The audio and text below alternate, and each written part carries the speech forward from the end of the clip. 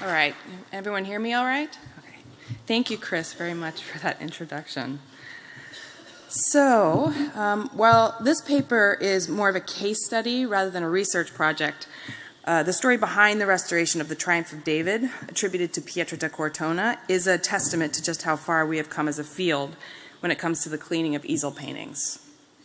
This photograph from the 1950s is one of the earliest records of this massive 20 by 12-foot canvas, which depicts the moment when David, who's shown carrying the sword, is presented to King Saul of Jerusalem immediately after slaying Goliath, whose head is paraded through the streets, an event that is briefly described in the book of Samuel. This painting first arrived at Villanova University's Falvey Memorial Library in 1950, and you can get a sense of the scale of the painting in the image on the upper right. The school is approximately 20 minutes outside of Philadelphia, and today functions as both a parish and private university.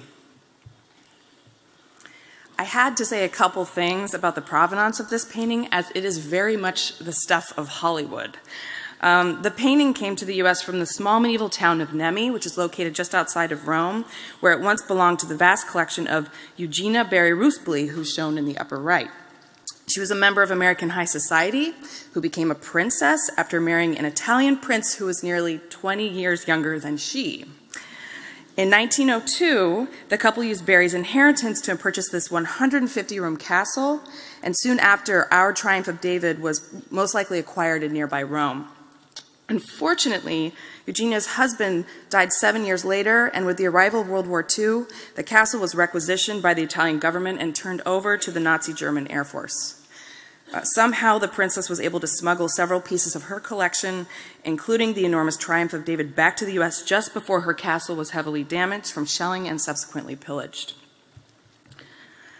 Eugenia eventually donated the painting to Villanova's newly built library and even financed the restoration of the picture. We are very fortunate in that the 1956 restoration was actually documented, as you can see from these two archival photographs. And FYI, I should point out that the photo in the upper right is not actually a UV photo, it's a before treatment photo. We know that a nearby frame shop was contracted to restretch the painting, build a new frame, and apply 3 applications of varnish, all of which occurred over a period of 1 week for the sum of $898 American dollars. This information became particularly relevant to us when we were faced with possibly cleaning the painting. Clearly, the picture had been restored several times over, and in comparing the pre-1956 restoration photo to the 2013 image on the right, it is clear that the restorers from the frame shop did very little to permanently address the darkened areas of overpaint that were left over from earlier restoration campaigns. These areas eventually reappeared, despite being buried beneath layers of yellow varnish. So Villanova officially decided to fund the restoration of the painting starting in September 2013, and for a 2-year period, I was fortunate enough to lead the project, assisted in part by my husband, Professor Brian Boddy from the University of Delaware, as well as many, many dedicated interns and volunteers. And hopefully this image will again help you to get a sense of both the actual size of the canvas, but also its extremely poor condition at the time. So here were some of the main problems that our team was faced with. Horribly blanched varnish combined with patches of darkened overpaint that made it difficult to discern many features of the composition. And there were also regions of active flaking and vast losses in both the paint and ground layers. And then there was the overpaint. And more overpaint. And more overpaint. This image taken from the edge really gives you an idea as to how much paint loss we were dealing with along the outermost edges of the painting, and I'm actually surprised that the edges were not cut down during any of the previous restoration campaigns because they were in such terrible condition. Fortunately, the canvas support itself was in structurally sound shape, and it had been glue or paste lined at some point and subsequently strip lined to further strengthen the tacking margins.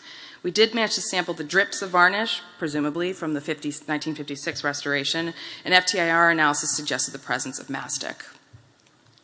And here you see some of our fellow collaborators from Villanova's chemistry department performing analysis with the handheld XRF. A preliminary analysis of the overpaint did confirm the presence of anachronistic pigments, specifically zinc white and chromium yellows and greens, none of which were available until the 19th century. Before any cleaning could safely occur, the ground and paint layers were first locally consolidated with BIVA 371 adhesive, and then we then began a series of cleaning tests and ultimately found that a 1-to-1 solution of ethanol and acetone removed most, but not all, of the discolored varnish and recently applied overpaint, and you can get a sense of that in the cleaning test on the right.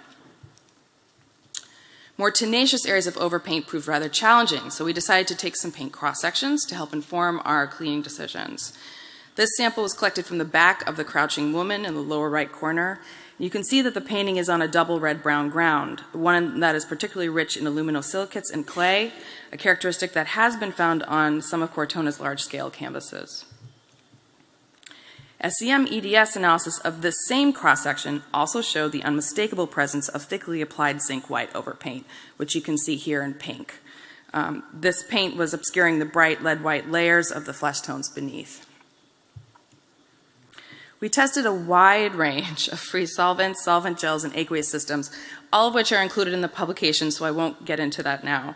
But after days of testing, we found that these tenacious areas of overpaint could be effectively treated using a locally applied carbapol pyridolinone solvent gel. Although the Tees diagram plotting system has been shown to be somewhat simplistic in terms of evaluating complex cleaning systems, it is still a useful visual aid when we're talking about swelling of organic materials.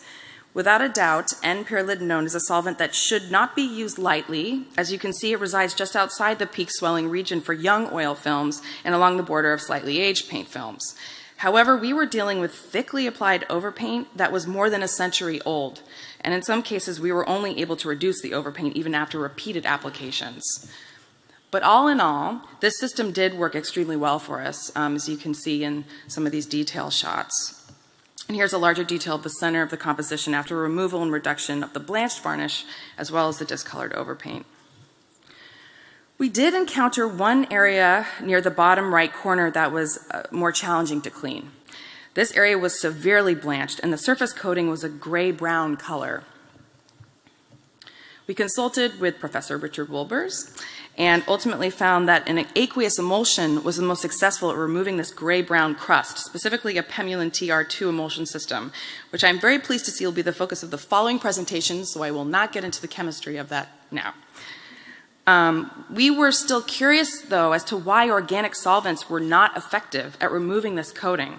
So I brought this paint sample to the surface analysis facility at the University of Delaware to see if TOF SIMS, which is an analytical technique, could provide us with any insight. In a nutshell, this technique uses an ion beam, which then excites the surface, generating elemental ion maps, as you can see in the upper right, somewhat similar to SEM. However, the added benefit of TOF SIMS is that it can also provide molecular as well as elemental information. So the ion map on the bottom right corresponds to the presence of the mineral lazurite, which is the blue coloring component in lapis. Even more useful for our purposes in this instance, this technique was also used to image the organic materials. So you see here 3 ion maps, each representing individual amino acid fragments that are found in proteins. And of particular note is this one here, right here in the lower left, as hydroxyproline is a marker that is only present in animal glues.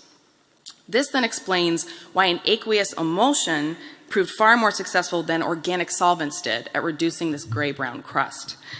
This animal glue had likely been applied during an early attempt at consolidating the unstable paint and ground layers and was never actually removed after it was applied to the surface. And so before I conclude, I wanted to show this photo as a reminder of the painting's appearance before conservation began in 2013. There's no question in my mind that this treatment would not have been possible without the use of more sophisticated cleaning systems. In fact, when Villanova had looked into restoring this painting back in the 90s, the dealer who came to examine the work proclaimed that only 5% of the original paint was left invisible, something that we now know to be untrue.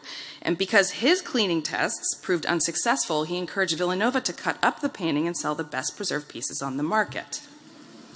So, in a sense, solvent gels and aqueous systems truly may have saved this painting from a devastating fate. For 2 years, our team of conservators, scientists, art historians, interns, and volunteers all worked together to bring the painting to the state that you now see on the screen. And I will end by saying that I'm ever so grateful to be a practicing conservator in a time where I'm able to benefit from all these wonderful advancements in cleaning technology. Thank you very much.